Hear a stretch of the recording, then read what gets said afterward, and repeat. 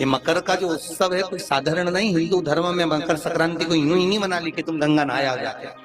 और कितने सौभाग्यशाली हो रहे शिवजी नारायण वाले कि गंगा यहीं आ गई शंकर जी के साथ। नहा लो, मौका मिल रहा है, इतने उपाय मिल रहे हैं, कर लो, अपने जीवन को सार्थक बना। पूरे वर्ष में एक दिन ऐसा आता है, मकर राशि में सूर्य प्रवेश करता है तो उसे मकर संक्रांति कहते हैं। हमारा ध्यान दीजिएगा, पूरे वर्ष में एक दिन मकर संक्रांति। अच्छा, कई लोग कहते हैं कि सूर्य की उत्तरायण का क्रम है, ये क्रम है, ये पूजन का क्रम है, तिल्ली के लड्डू का क्रम है, लड्डू बना लो तिल्ली का, इसका क्रम है। पर अगर स्कंद पुराण उठाओ तो स्कंद पुराण में अगर मकर संक्रांति के क्रम को यदि पढ़ोगे तो मालूम पड़ेगा कि पूरे वर्ष में एक दिन ऐसा था जिस दिन भगवान शिव और नारायण ये दोनों, इसलिए आज भी हिंदू धर्म में गुड़ के लड्डू तिल्ली के साथ मिलाते हैं। क्यों? उसका कारण कि शंकर और नारायण ये दोनों एक ही दिन, एक ही पल गंगा का स्नान करने के लिए, एक नारायण को लेकर भगवान शिव। देखिए इतना कितना हमारे हिंदू धर्म में एक एक तिथि का, एक एक बार का एक एक महत्व, उसको समझ।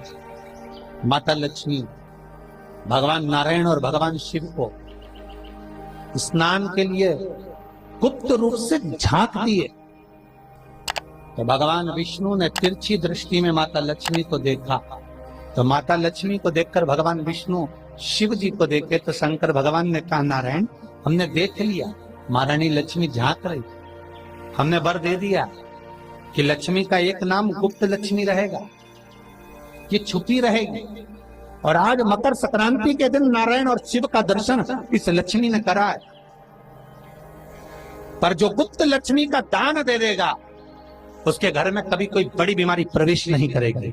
कैंसर जैसा रोग, किडनी और लीवर का रोग नहीं हो सकता। आज भी नियम है कि मकर संक्रांति के दिन एक लड्डू बनाया जाता है गुड़ और तिल्ली का, उसमें 1 का सिक्का, 2 का सिक्का या कोई लक्ष्मी उसमें फंसा दी जाती है और लड्डू को पैक कर कर किसी मंदिर में दान दे दिया जाता है। उसको कहते हैं गुप्त लक्ष्मी, जिससे घर में कोई बड़ी बीमारी प्रवेश नहीं, वो केवल मकर संक्रांति को ही हो।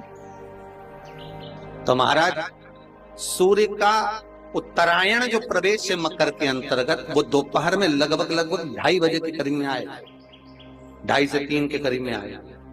आपको ऐसा लगे या किसी की तबीयत थोड़े दिन अच्छी हो रही है, फिर गिर रहा है, फिर अच्छी हो रही है, फिर बेकार हो रही है, फिर अच्छी हो रही है, फिर बेकार हो रही है, दवाई खा रहे हो नहीं लग रही, तो आप जब मकर राशि में सूर्य प्रवेश करे, कल मकर संक्रांति के दिन उत्तरायण जब सूर्य के भाव प्रवेश करे महाराज, दोपहर में 2:30-3 बजे के करीब में प्रवेश कर जाएगा, इतनी बजे। तो प्रयास करना, थोड़ी सी काली तिल्ली लेना महाराज जी, उसमें एक बमूल का कांटा लेना, काली तिल, बमूल का कांटा और किसी भी वृक्ष की 5 पत्तियां लेना महाराज। उसको लेकर औषधि ना लग रही हो, जिसका स्वास्थ्य गड़बड़ हो रहा महाराज, उसका स्पर्श कराकर या 21 बार उस पर से उतार कर, और उतारना क्या नाम लेकर है? अवधूतेश्वर महादेव। कौन सा महादेव है? जम के बोलो जरा, अवधूतेश्वर महादेव। शिव जी का एक अवतार हुआ था, अवधूत रूप शंकर का। शास्त्र कहता है कि अवधूतेश्वर महादेव का जो रूप है वो रोग का निवारण करने के लिए, बिना कोई कष्ट आपको लग रहा है तो अवधूतेश्वर महादेव का नाम लेकर काली तिल्ली, वृक्ष की पत्ती और एक बमूल का कांटा लेकर शरीर पर से उतार लो। उसको ले जाकर किसी भी चौराहे पर उसको पटक दीजिए। चौरस्ते पर नहीं डाल सकते तो बहते हुए पानी में डाल दीजिए, बहता हुआ पानी ना मिले तो पीपल के वृक्ष के नीचे डाल दीजिए, पर उसको मकर राशि के प्रविष्ट भाव में ही डालना। निवेदन एक और है, जिनके शरीर धूजता अर्थात हाथ पैर में कंपन उत्पन्न होता हो या हाथ पैर में कहीं कंपन का भाव लगता हो, ऐसा महसूस होता हो कि हाथ पैर धूजते हो, तो कल सूर्य को जब अर्घ दें तो उसमें काली मिर्ची पीस कर डालकर फिर सूर्य को अर्घ मारना।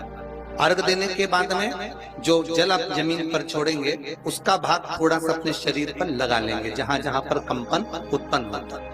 या कोई डॉक्टर आपको बोल रहा है कि बाईपास करवाना पड़ेगा या कोई नस चोक हो गई हो, तो उस स्थान पर भी आप उस जगह पर भी उस जल को अवश्य लगाएं, काली मिर्ची का पिसा।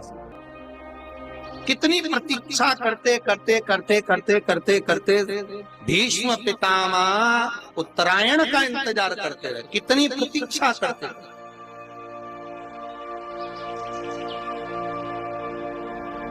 कि कब मौका मिले और कब मैं स्मरण करूं, कब मैं। शुगर वाले जीव जिनकी शुगर ऊंची नीची हो रही हो, ज्यादा शुगर की परेशानी आ रही हो और इंजेक्शन लेना पड़ रहा हो, उनके लिए निवेदन है काली तिल्ली कल के लिए ये खास तौर से, बाकी के शुगर के लिए तो उपाय वो बाद में बता देंगे, पर कल के लिए जो करना चाह रहे हैं जिनकी शुगर लेवल में नहीं आ रही, काली तिल्ली शंकर भगवान के शिवलिंग पर समर्पित कर दो और उस काली तिल्ली को जब शिव जी पर चढ़ाएं तो महाराज हाटकेश्वर महादेव का नाम लेना है। कौन से महादेव? हाटकेश्वर महादेव का नाम लेना है और शंकर भगवान पर काली तिल्ली चढ़ाते जाना है। उसमें कंकर नहीं हो, सफेद तिल्ली का एक भी दाना नहीं हो, इसका ध्यान रखिए। उस काली तिल्ली को चढ़ा दीजिए। हाटकेश्वर महादेव का स्मरण कर कर किसी को जल ना चढ़ाने देना उस समय पर जब आप शंकर जी को चढ़ाएं, और भगवान शंकर की हाटकेश्वर महादेव का स्मरण कर कर 108 रुद्राक्ष से मनके से माला जप लो। वहीं शंकर चढ़ी रहने देना तिल्ली। उसी तिल्ली को वापिस कटोरी में उठाकर लिया, 3 दिन तक लगातार उसको थोड़ा थोड़ा कर कर सुबह के समय खाली पेट खाइए, शुगर लेवल पर आ जाएगी महाराज, आपकी शुगर हाई ऊंची नीची नहीं जाएगी। हाटकेश्वर महादेव का स्मरण। मकर का उत्सव, मकर संक्रांति का सुख मिला मौका तो उसको करो। कल मकर संक्रांति है,